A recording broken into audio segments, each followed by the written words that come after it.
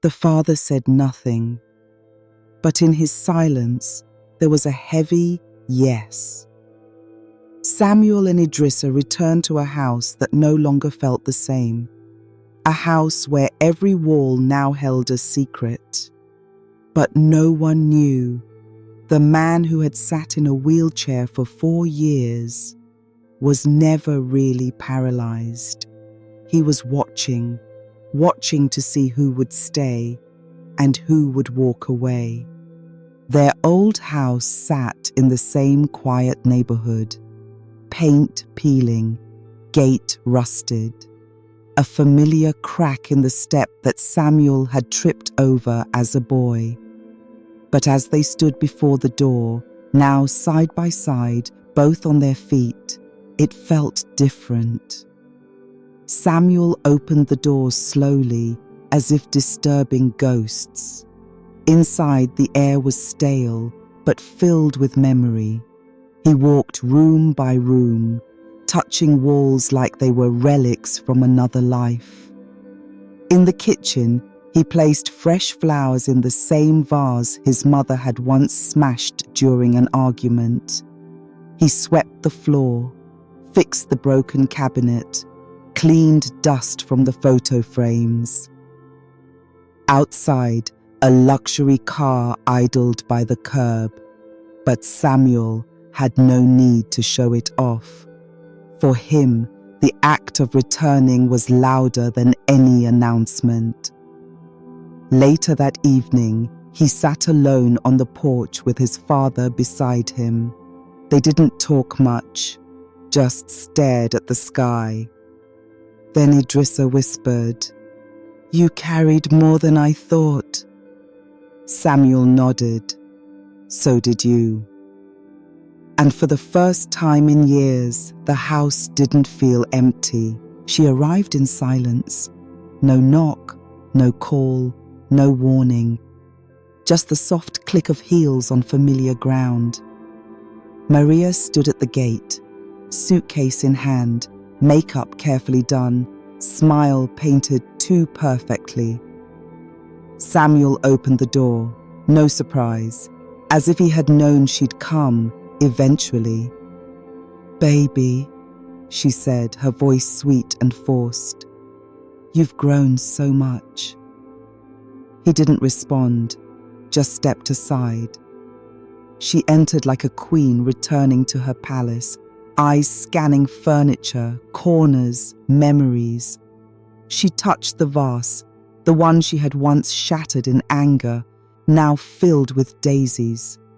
"I miss this place," she sighed. Samuel stood in the hallway, arms crossed. Idrissa watched silently from a distance. Maria turned, suddenly soft. "I know I left. I was scared, lost. But I've changed. I want to be part of this again." Samuel looked at her, really looked. The careful hair, the manicured nails, the purse that cost more than his school fees. He spoke slowly. "You left when everything broke. You stayed gone when we were bleeding, and now you see a crown, and you remember you're a queen." Maria's smile faltered, tears welled in her eyes. Samuel didn't raise his voice. "You can stay in this house, but not in my heart, not anymore." She didn't reply, just lowered her suitcase to the floor, and for the first time, Maria felt like a guest in the home she once ruled. 3 weeks later, another knock came, but this time it wasn't soft. Boom, boom, boom. Samuel opened the door to find Khalid, sweaty, pale, eyes darting like prey. Behind him, 2 large men in suits stood silent but imposing. "I need help," Khalid whispered. "Please, they'll kill me." Samuel didn't flinch. He stepped aside and let his brother in, offering no words, no comfort. In the living room, Khalid collapsed onto the floor, shaking. I owe them. A lot. I thought I could flip money, quick trades, crypto deals, but it went bad, really bad. Samuel said nothing. He left the room and returned with a mop. What's this? Khalid asked, confused. Your second chance, Samuel replied. You want me to clean? Samuel looked him straight in the eye. I want you to do something real for once. Khalid's shoulders slumped. He took the mop with trembling hands. Down the hallway, Maria peeked from behind a curtain but said nothing. Idrissa stood by the porch, watching it all unfold. No judgment, just history repeating itself. Only this time, the lesson was clear. Samuel had once begged for help. Now he was the one offering it with dignity. They asked him to speak at a youth leadership summit. The email said, "You're an inspiration. Tell them your secret to success." Samuel almost deleted it, but Idrissa said, "The world needs to know what real strength looks like." So he went. No fancy suit, just a plain shirt and his father's old watch. The stage was too big, the lights too bright, but his voice had gravity. He looked out at hundreds of young faces full of questions. "I wasn't supposed to be here," he began. "Statistically, I should have dropped out, broken down, disappeared." Laughter from the audience faded into pin-drop silence. "My story isn't about luck or money. It's about pain, about standing up even when no one claps for you." He paused, looked down, then back up. "My dad pretended to be paralyzed. For 4 years I thought he was. I bathed him, fed him, talked to him like he was still whole. Turns out the test wasn't his body. It was our love." People gasped. Phones started recording. And while everyone left, I stayed. Not because I'm better, but because I chose to. He ended with this: "You don't find your strength in comfort. You find it in silence, in being unseen, in doing the right thing, even when no one's watching." Standing ovation. No music, no confetti, just truth. And that was enough. 2 months after the summit, Samuel launched something bigger than any company. He founded the Idrissa Institute of Resilience. It wasn't about prestige or press. It was about every caregiver who had gone unnoticed, every teenager who had become an adult too soon, every family who broke under silence. The building wasn't flashy. White stone, glass doors, modest signage, but inside, life. A wing for children caring for ill parents. A mental health clinic for exhausted guardians. Workshops teaching patience, dignity, and silent courage. On the opening day, Idrissa stood beside Samuel, cane in hand. Not because he needed it, because it reminded him where they had been. In his speech, Samuel didn't mention titles, awards, or bank accounts. He said, "This place isn't built on money. It's built on tears, on late nights, on bruised hands and aching backs. But most of all, it's built on love that doesn't leave." A quiet fell over the crowd. Then applause. not the thunderous kind, the kind that feels like prayer. Outside the building, carved into stone above the door, were 6 words that needed no explanation. Strength is staying when others leave. And with that, Samuel gave his city more than inspiration. He gave it a home. It was one of those evenings where the sky forgot how to be blue. Clouds hung low, painted with purples and golds. The porch creaked as Samuel rocked slowly in an old wooden chair. Idrissa sat beside him, his cane leaning against the wall untouched. They didn't speak for a long while, not because there was nothing to say, but because so much had already been said in silence. A soft breeze passed, stirring the hem of Samuel's sleeve. He watched the wind carry leaves across the lawn like memories that refused to settle. Idrissa finally spoke. "You've become the man I couldn't be." Samuel didn't look at him, just smiled softly. "You became the father I needed," he replied. There was no pride in their voices, only truth. That kind of truth that feels like both a blessing and a scar. "I used to think strength was being feared," Idrissa continued. "Now I know it's being forgiven." Samuel leaned his head back, eyes closed, feeling the weight of his father's words. "You taught me silence," he whispered, "but I gave it a voice."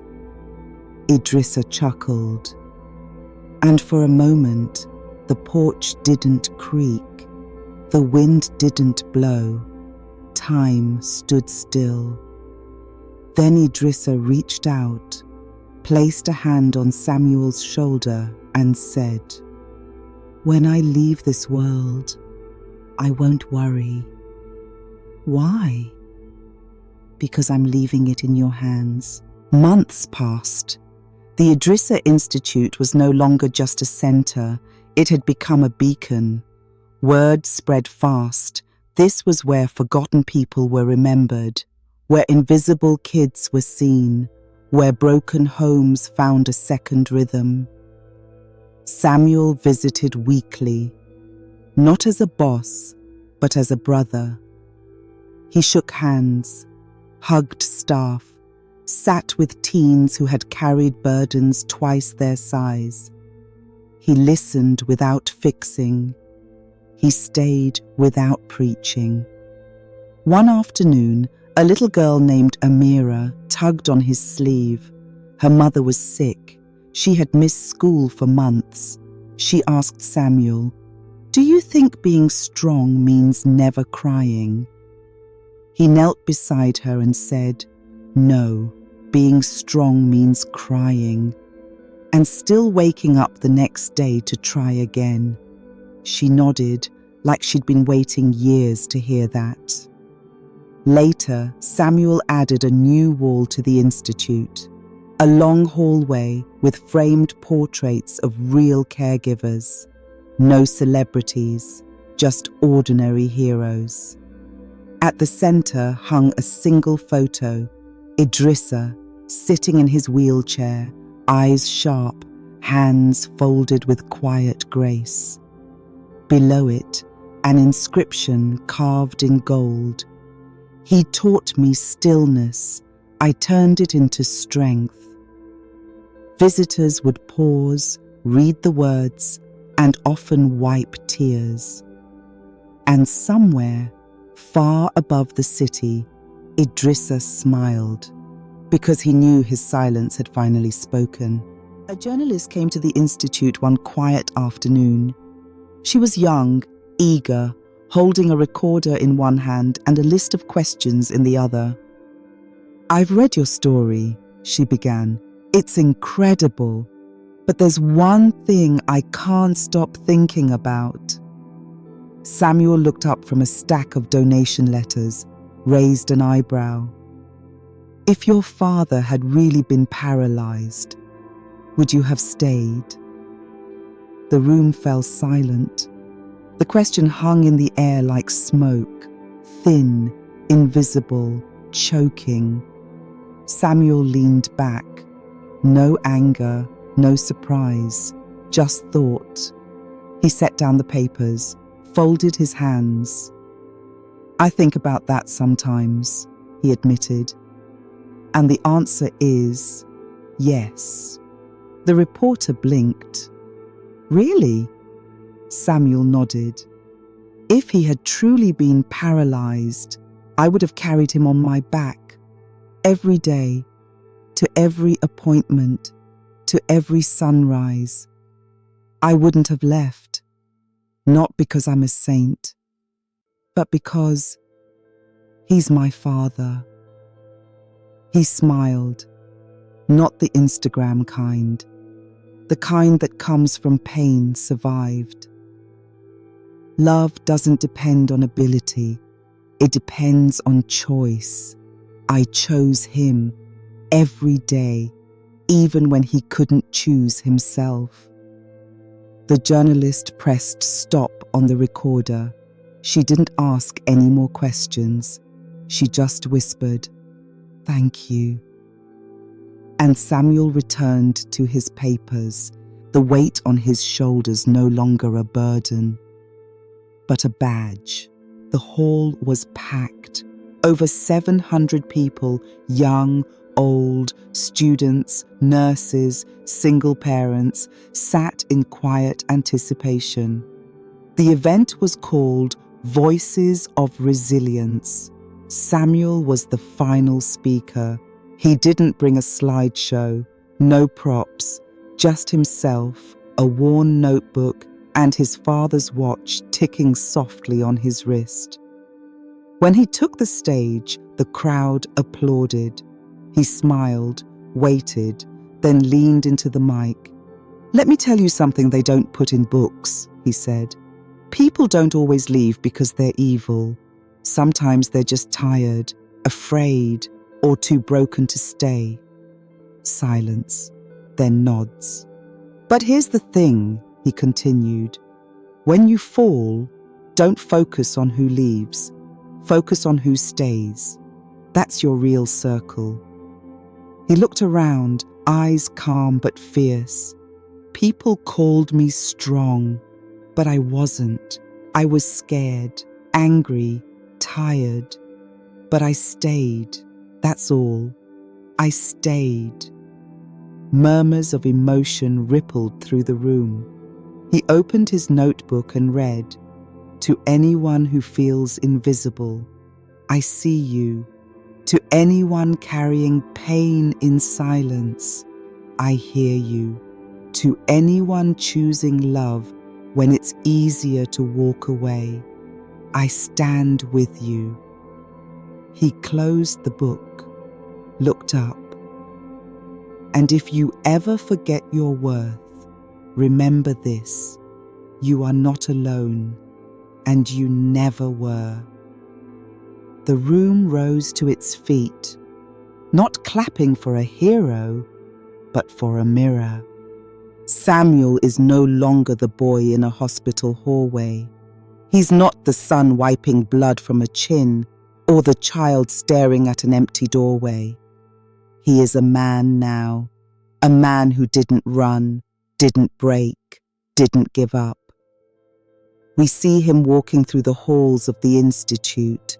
He greets people by name, stops to fix a crooked photo, picks up a fallen notebook, smiles at a nervous intern, every gesture quiet, every move full of presence.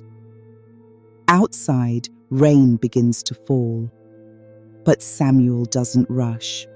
He steps into it, lets it soak through his shirt, raises his face to the sky. A voice, his voice, narrates.